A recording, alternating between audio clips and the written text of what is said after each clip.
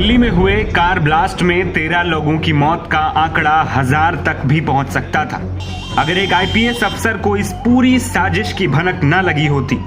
सिर्फ एक पोस्टर के जरिए इस आईपीएस अफसर ने पूरे आतंकी मॉड्यूल का खुलासा किया और जो साजिश देश के अलग अलग जगहों पर धमाके की थी उसे बेनकाब किया।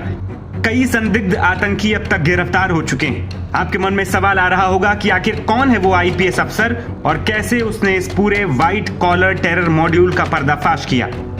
जिस अफसर की हम बात कर रहे हैं उनका नाम है डॉक्टर जीवी संदीप चक्रवर्ती, जो श्रीनगर में एसएसपी के पद पर तैनात है। दरअसल 17 अक्टूबर को जम्मू कश्मीर के अनंतनाग में नौगाम की सड़कों पर उर्दू में पोस्टर लगाए गए थे। इन पर जैश ए मोहम्मद के सदस्य कमांडर हंजला भाई के दस्तखत भी थे। पहली नजर में ये पोस्टर सामान्य लग रहे थे, लेकिन श्रीनगर के वरिष्ठ पुलिस अधीक्षक यानी एसएसपी डॉक्टर जीवी संदीप चक्रवर्ती ने तुरंत ही पोस्टर में छिपे खतरे को भांप लिया था। कश्मीर इलाके में डॉक्टर जीवी संदीप को आतंकियों के लिए काल कहा जाता है। वो कई टेरर मॉड्यूल से वाकिफ हैं। उन्होंने ऑपरेशन महादेव में जम्मू कश्मीर पुलिस का नेतृत्व भी किया था। जीवी संदीप ने जैश के पोस्टर्स को लेकर जांच शुरू की, सीसीटीवी फुटेज खंगाले। उनमें से 3 ऐसे व्यक्तियों का पता चला जिन्होंने पहले भी कश्मीर की सड़कों पर पत्थर बरसाए थे। जांच में जम्मू कश्मीर, हरियाणा और उत्तर प्रदेश तक फैले एक नेटवर्क का खुलासा भी हुआ। इस सफलता के बाद जैश ए मोहम्मद के आतंकी मॉड्यूल में शामिल कई कश्मीरी डॉक्टरों और अन्य लोगों की गिरफ्तारी भी हुई। इस अभियान में 2900 किलोग्राम विस्फोटक बरामद हुआ, बम बनाने की सामग्री और राइफलें भी मिली। 10 नवंबर के धमाके के बाद जांच एजेंसियां जैसे जैसे मामले की कड़ियों को जोड़ रही हैं और खुलासे हो रहे हैं, उससे साफ है कि आईपीएस अधिकारी जीवी संदीप की सूझबूझ ने कई जानें बचाई।